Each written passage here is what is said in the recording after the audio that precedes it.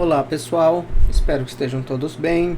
Hoje nós daremos continuidade à nossa disciplina de análise e simulação de processos com a aula 18. E nessa aula nós continuaremos vendo como realizar a simulação de processos em batelada com o SuperPro Designer. Bem, mas nesta aula nós veremos alguns elementos adicionais em relação à aula anterior, como por exemplo, como linkar um procedimento em batelada em outro procedimento em batelada e também como visualizar a sequência e a ordem em que as operações devem ocorrer, verificando então o tempo necessário para cada operação de carga e descarga entre as operações do processo. Beleza? Vamos lá então. Bom, na aula anterior, então, eu falei um pouquinho sobre a importância da simulação de processos descontínuos, tá bem? E fizemos o exemplo de um processo em batelada, no caso um reator de fermentação, para mostrar para vocês que não necessariamente, a única coisa que muda de um processo contínuo para um processo descontínuo é que nós não temos acúmulo, tá certo? Do ponto de vista de operação prática, um processo descontínuo ele exige muito mais etapas, exige toda a preparação da operação, tá certo? Exige as etapas de limpeza, de adição dos componentes, dos materiais dentro do tanque, dentro do equipamento, controle de temperatura, para depois, de fato, o processo ocorrer.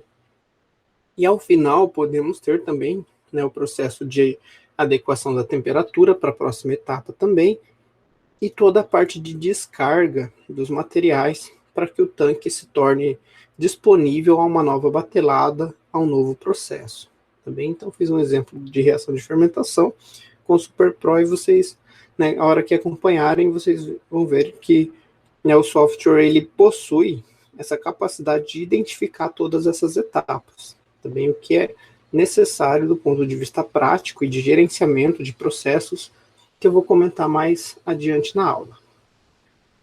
Então, hoje, nós veremos um outro exemplo de processo descontínuo acoplado ao processo anterior, tá bem? Então, uma simulação aqui da filtração e separação, na verdade aqui por uma centrífuga de decantação na simulação, onde no reator de fermentação foi produzido, quem acompanhou, quem vai ver depois o exemplo, um produto que nós chamamos de Mabir, um produto da indústria alimentícia, de bebidas, e a gente precisa daí separar essa bebida dos demais componentes, da levedura, do inóculo, da biomassa, do que ficou lá dentro do tanque.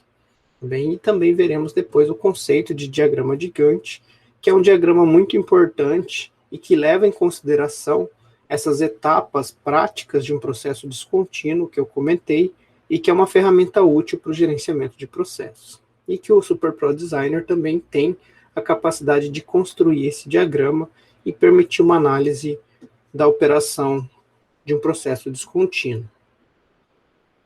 Bom, vamos lá.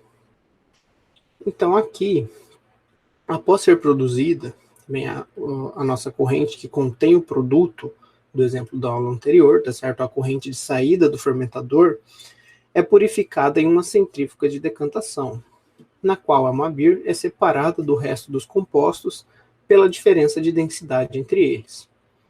A operação dura cerca de 240 minutos e começa quando todo o líquido do fermentador é transferido, certo? Ou seja, é necessário esperar que a centrífuga seja carregada com o que foi descarregado lá do fermentador na última etapa, para que a etapa de separação comece a ocorrer. 0,7% do Mabir entrando na centrífuga é descarregado como fração pesada, tá certo? Que seria a corrente que o bloco ele chama como corrente de sólidos, também não necessariamente precisam ser sólidos, mas é a fração mais pesada em um processo de separação por decantação, enquanto o restante é recuperado como fase líquida aquosa. Também, ou seja, o Mabir, o principal composto que a gente está querendo separar e obter, ele está na fase líquida. E vocês vão ver que nós também temos uma corrente para fase líquida, além de uma outra corrente que o bloco permite, que é uma corrente de fase oleosa, se nós tivéssemos duas fases líquidas. Aí poderíamos ter uma fase óleo e uma fase solvente.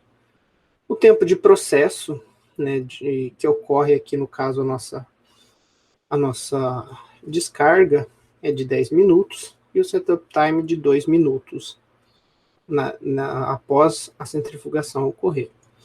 Se necessário, aumente a quantidade de solvente do processo, tá? Porque nós vamos verificar que a gente precisa ter uma concentração mínima saindo da centrífuga, e talvez esse 0,7%, dependendo da quantidade que vocês colocaram e utilizaram, né, lá no exemplo anterior, a gente vai acabar precisando aumentar a quantidade de solvente para ter essa concentração, porque, né, normalmente, né, seja num processo utilizando filtro ou utilizando centrífuga para separação, sempre na fase sólida ou na fase pesada, acaba ficando ainda um pouquinho de solvente, um pouquinho, né, de líquido como umidade desse material.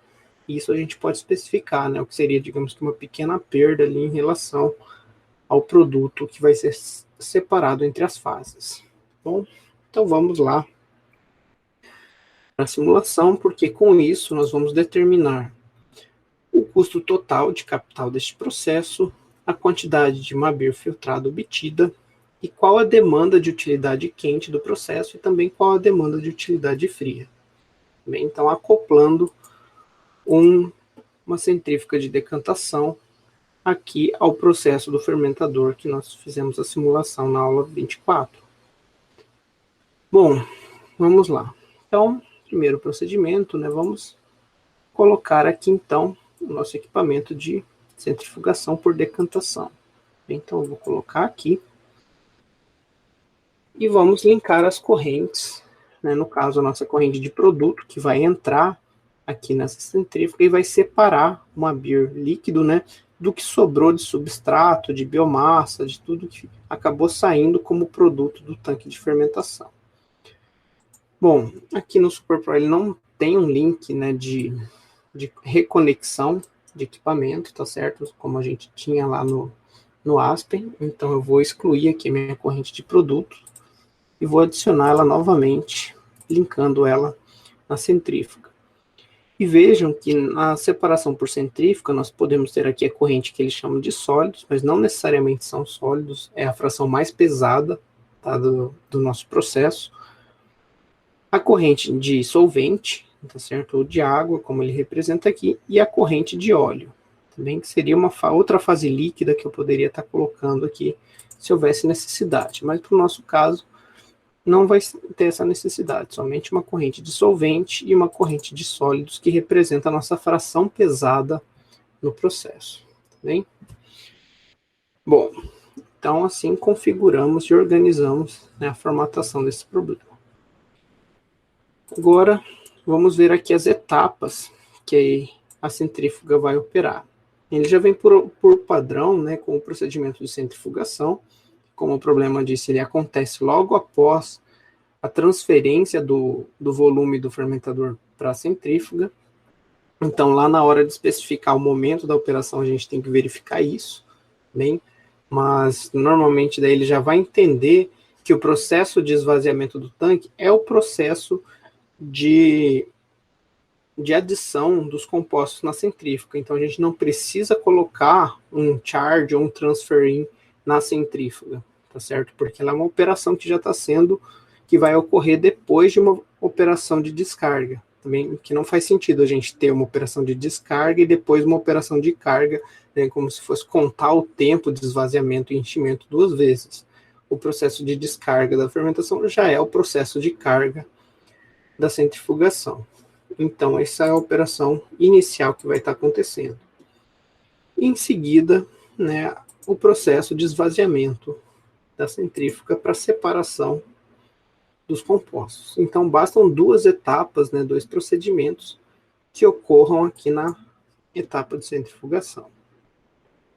Bem, agora precisamos configurar essas etapas. Bem, em relação à centrifugação, vamos ver aqui que foi informado que nós estaremos realizando nesse processo durante 240 minutos, o tempo necessário para a centrifugação fazer que a fase pesada decante em relação à fase líquida.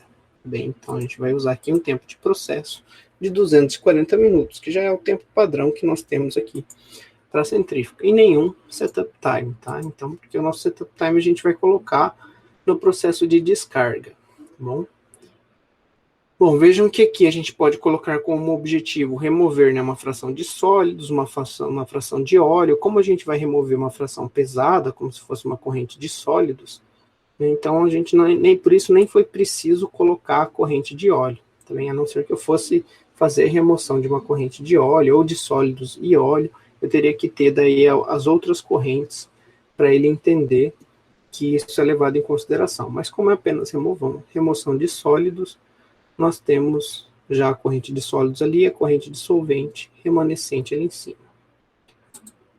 Bom, e aqui, para o balanço de massa, nós iremos especificar, então, que nós teremos, né, uma descarga de 0,7% do MABIR, que é o composto de interesse, que nós queremos obter como fase leve, descarregado como fração pesada, porque é isso que o bloco pede para a gente informar, o percentual de remoção para a corrente de sólidos, ou seja, para a corrente de fração pesada.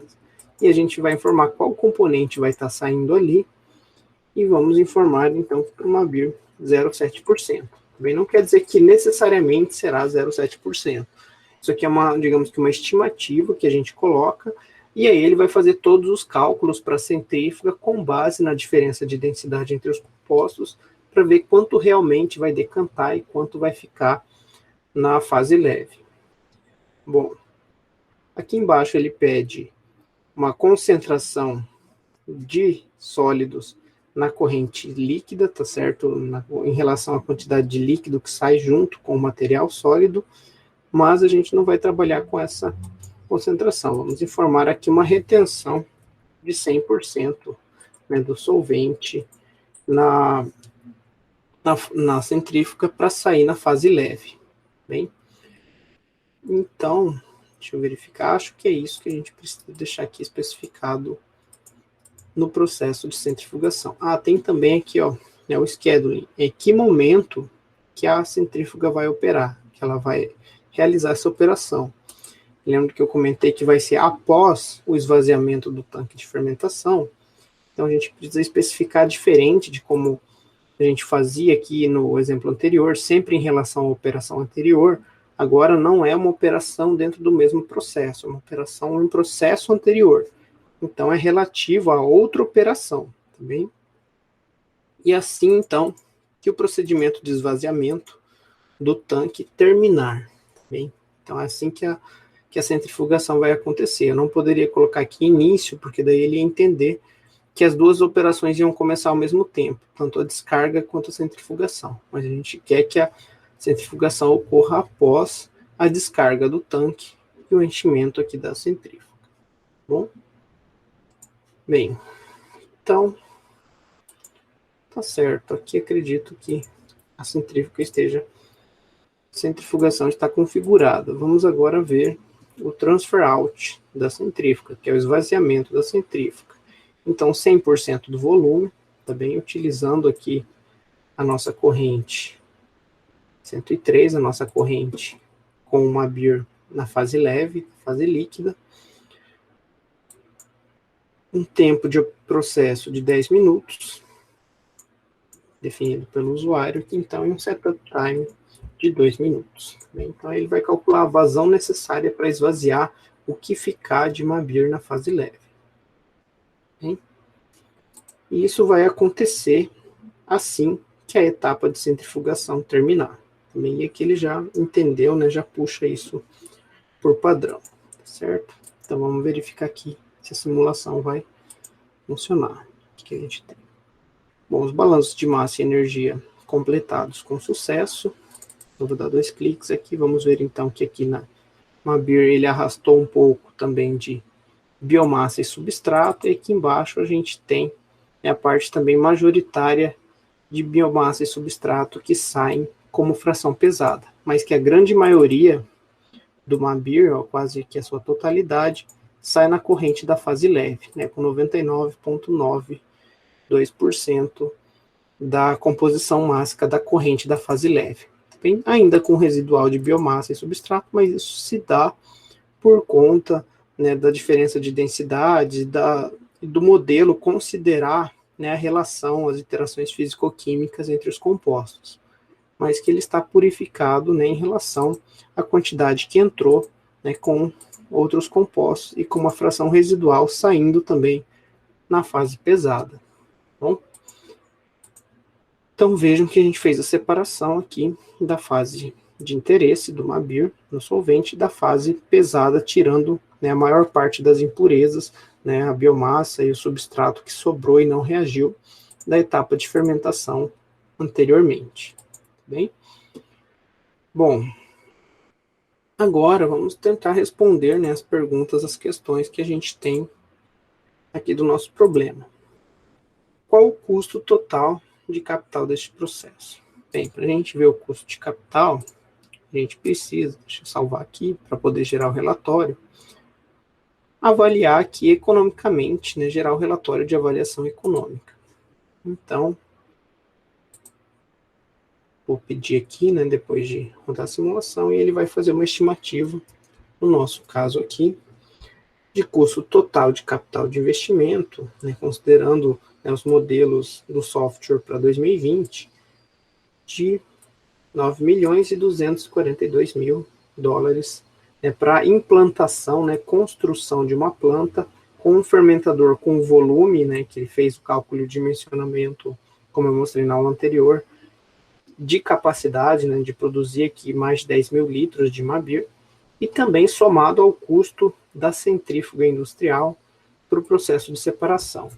Bem, vejam que aqui ele traz também, né, o volume de operação do fermentador, traz a vazão, né, de operação e capacidade da centrífuga por decantação, e aqui a gente tem, né, os custos de compra e aquisição dos equipamentos, mas nós temos vários outros custos atrelados, como custos de instalação, custos de tubulações, instrumentação, então consumo elétrico na operação do equipamento, né, alguns custos aqui de taxas atreladas a capital de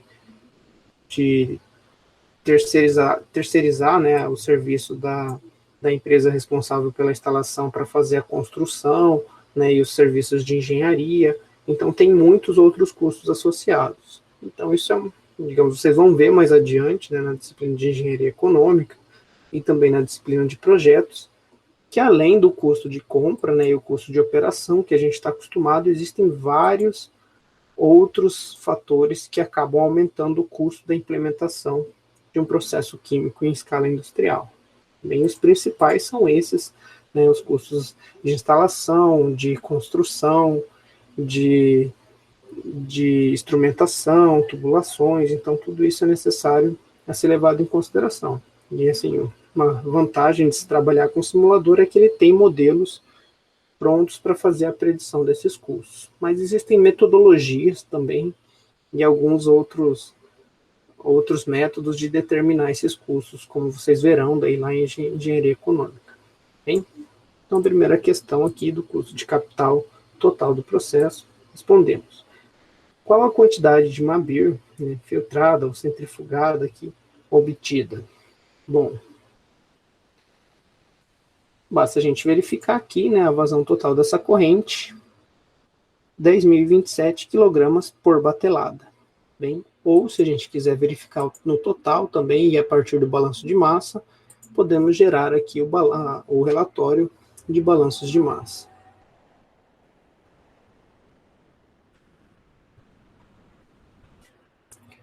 Bem, e aqui no relatório nós temos as quantidades de entrada e saída de todos os equipamentos e o balanço de massa aqui por correntes. Veja então as correntes com os nomes que nós deixamos, né, do problema da fermentação anteriormente, e aqui as correntes da etapa de centrifugação. Então vejam que a corrente de produtos ali, se não me engano é a corrente 102, não, a corrente 103, com a vazão total aqui de Mabir produzido por batelada. Bem? O que mais? Queremos aqui a demanda de utilidade quente do processo e a demanda de utilidade fria do processo, né? Lembrem que no processo de fermentação, anteriormente, nós tínhamos, então, o uso de utilidades para o aquecimento e resfriamento para que a fermentação ocorresse. Então, a gente tem custos de utilidades associados ao vapor, que é necessário para o aquecimento da fermentação, e a chilled water, lembra a água de resfriamento, para, após a fermentação, resfriar o meio de fermentação para a temperatura ambiente novamente, certo? E esses dados nós também conseguimos aqui a partir do balanço de massa e de quantidades e do relatório do processo. Né? Vamos ver aqui. Deixa eu ver se é nesse relatório mesmo que a gente verifica. Não, acho que não é nesse aqui. Vamos ver aqui na análise econômica. Acho que são nos custos relacionados a aquecimento e resfriamento. Isso. Vejam aqui que ele mostra as quantidades necessárias, aqui em megatoneladas, de vapor e de água de resfriamento, além de energia elétrica também para fazer os equipamentos funcionarem. E aí, a partir disso, ele consegue estimar os custos anuais com utilidades. Bem, a partir do quanto se gasta por ano de energia, o quanto se gasta por ano de vapor e o quanto se gasta por ano de água de resfriamento. Bem, então, aqui são as quantidades em megatoneladas por ano para fazer esse processo ocorrer. Tudo bem? Bom, então vejam que não é nada muito complicado fazer uma simulação embatelada com várias etapas. Basta a gente adicionar um equipamento a mais e adicionar as etapas do próximo equipamento, mas sempre especificando em que momento essas etapas ocorrem. Também se ela, qual após qual, né, se elas ocorrem ao mesmo tempo, né, então vai depender do processo e das características do que nós estamos avaliando. E isso é importante porque a gente vai poder verificar isso, né, no que nós chamamos, né, aqui de diagrama de Gantt, também, que é uma ferramenta visual muito utilizada para se controlar o cronograma de um projeto ou de uma programação de produção, ajudando a avaliar os prazos de entrega e os recursos críticos de um processo. Bem, então, vou mostrar para vocês um exemplo daqui a pouco, e a gente vai ver, né, como que, para um processo em batelada, nós poderíamos fazer a construção desse diagrama e verificar a ocorrência das etapas. Para a gestão de um projeto, o diagrama mostra visualmente um painel com os processos que precisam ser realizados e a relação de precedência entre elas. Quando as tarefas serão iniciadas, sua duração, né, em alguns casos, o responsável por executar determinada tarefa, e a previsão de término. Bem, então, por exemplo, se nós verificarmos para o nosso processo, que nós fizemos a simulação ali agora, o diagrama de Gantt, ele mostra, então, o tempo necessário para o processo para uma batelada ocorrer, descrevendo, né, por exemplo, aqui um painel, né, todas as etapas que foram necessárias, qual o tempo de duração de cada uma delas, né, e vejam que elas ocorrem de forma sequencial. Bem, no caso aqui o diagrama foi gerado para 2 bateladas. Bem, então vejam que aqui em cima nós temos uma batelada representada com o tempo de duração total aqui pela barra em amarelo aqui em cima, e que uma batelada dura um tempo total de 22,9 horas. Bem, e que a etapa de fermentação dura 18,7 horas, e dentro da etapa de fermentação, representada aqui na barrinha azul maior, nós temos toda a sequência de etapas lá que foram necessárias para a batelada ocorrer. Lembram? A carga do substrato, a carga da água, o processo de aquecimento do meio de fermentação, a carga do inóculo, a reação de fermentação ocorrendo, o resfriamento e o esvaziamento do tanque de fermentação. E vejam que logo em seguida, na segunda barra azul menor, aqui nós temos a etapa de centrifugação, que consiste, né, de 2 etapas simples, a centrifugação e o esvaziamento, né, a transferência para fora do conteúdo do equipamento. E vejam que é interessante e importante utilizar esse diagrama para a gente conseguir predizer o número de bateladas em um determinado período de tempo e programar várias bateladas e vários processos. Né? Aqui eu coloquei só 2 bateladas, mas imagina, por exemplo, um processo, uma cervejaria, talvez, onde você tem várias linhas de produção, com vários fermentadores, vários equipamentos de separação, tá certo? Quais vão estar disponíveis em qual momento, quando você vai poder utilizar, se você tem a produção de diferentes tipos de cerveja, e cada uma delas tem um tempo distinto de batelada, tá certo? De acordo com as demandas que a cervejaria quer produzir, você precisa ter estipulado, né, e bem planejado com um diagrama de Gantt como isso vai acontecer. Bem, por exemplo, vejam aqui que uma segunda batelada ela pode começar a ocorrer antes da primeira terminar. Por quê? Porque o fermentador, a partir do momento que ele estiver livre para ser utilizado, né, que ele já a etapa de centrifugação começa a acontecer na primeira batelada, a segunda batelada já começa a ocorrer utilizando o fermentador. Bem, então nós temos aqui em paralelo duas etapas acontecendo, a centrifugação da primeira batelada e a fermentação da segunda batelada. Então, né, existe todo um procedimento, né, de planejamento aqui e gerenciamento de processo para saber qual equipamento vai ser utilizado, em qual momento, né, a partir de quando ele vai estar disponível, para você fazer uma previsão, né, ao longo dos dias, quanto você vai conseguir produzir de cerveja naquele tempo, né, quanto você vai conseguir produzir e atingir a demanda de certos clientes, qual tempo você vai demorar, tá certo? Para você dar uma previsão de entrega dos seus produtos.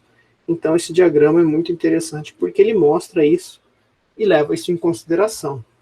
Bem, por exemplo, aqui no SuperPro, a gente consegue verificar isso aqui, ó, em charts, diagramas de Gantt. Bem, então aqui nós temos, né, nos diagramas a operação de uma única batelada.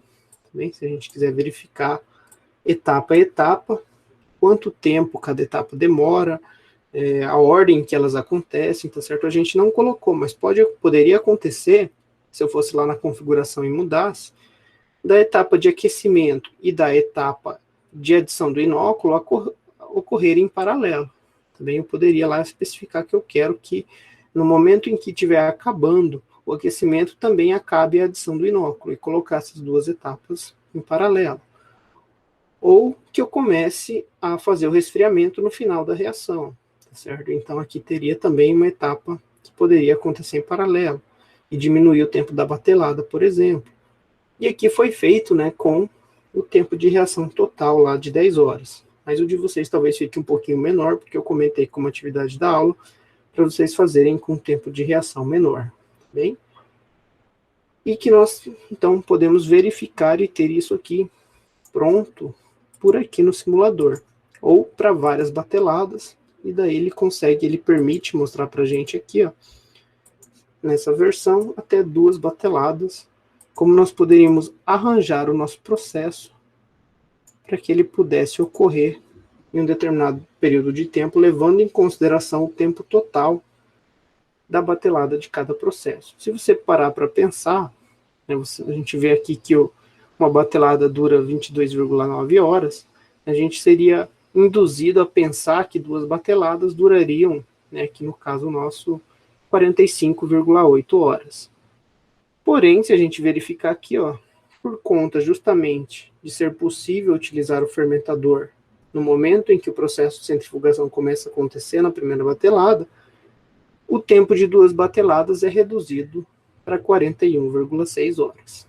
Bem, então vejam, né, que esse planejamento, né, aqui está colocado de forma simples, mas é só para ilustrar mesmo que ele é necessário e que ele precisa ser feito e avaliado na hora de planejar um processo em batelada.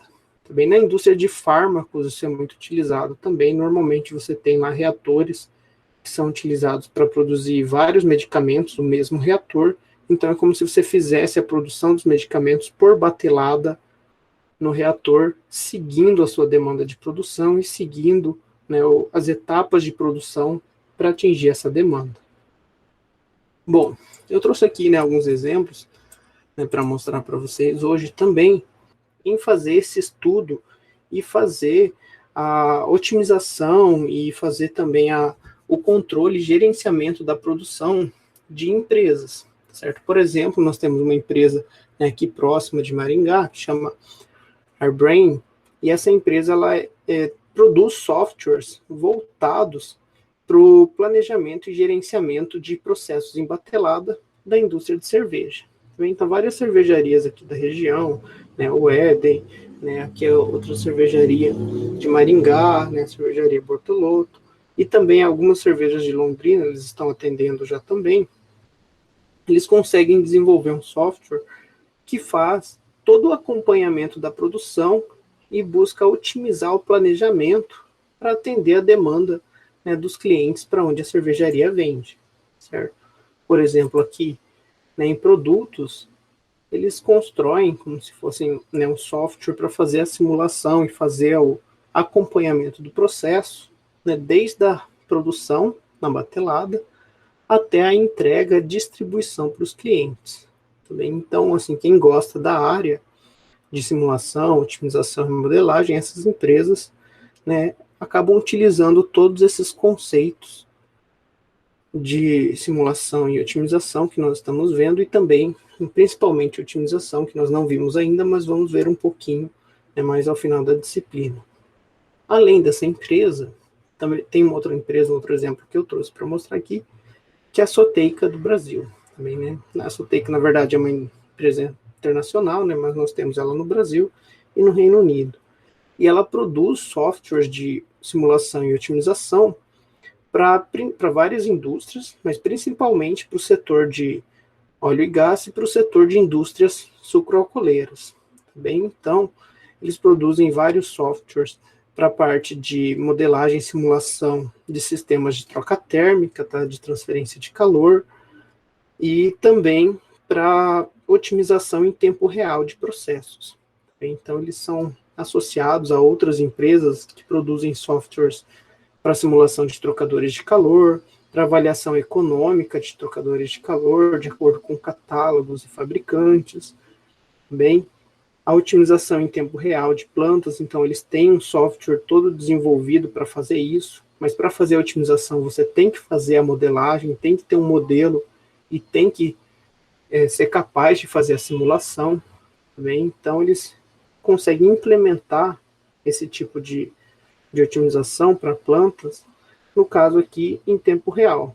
Então veja, por exemplo, aqui a interface, né, de um dos software deles, que traz, digamos que uma maquete, né, que um design 3D de uma planta, pode ser uma planta que não está falando se é uma usina de açúcar e álcool, mas eles atendem muito usina de açúcar e álcool no Brasil, e aí eles conseguem fazer a otimização com instrumentos de medição, né, com a instrumentação da planta, para identificar as perdas, realizar o balanço de massa, de energia em tempo real, né, analisar o consumo de vapor e condensado, né, fazer o gerenciamento das utilidades do processo, então, utilizando, né, conceitos de modelagem e simulação. Então, quem gosta, quem se interessa por essa área, essas aqui são algumas empresas, por exemplo, que, né, talvez você tenha interesse de trabalhar, que você goste. Também são duas apenas que eu conheço, porque tem alguns amigos mais próximos que já trabalharam, mas também existem várias outras da área de modelagem e simulação. E vejam que ela atende, né, que é a Petrobras, a Raízen, né, várias outras usinas no Brasil todo.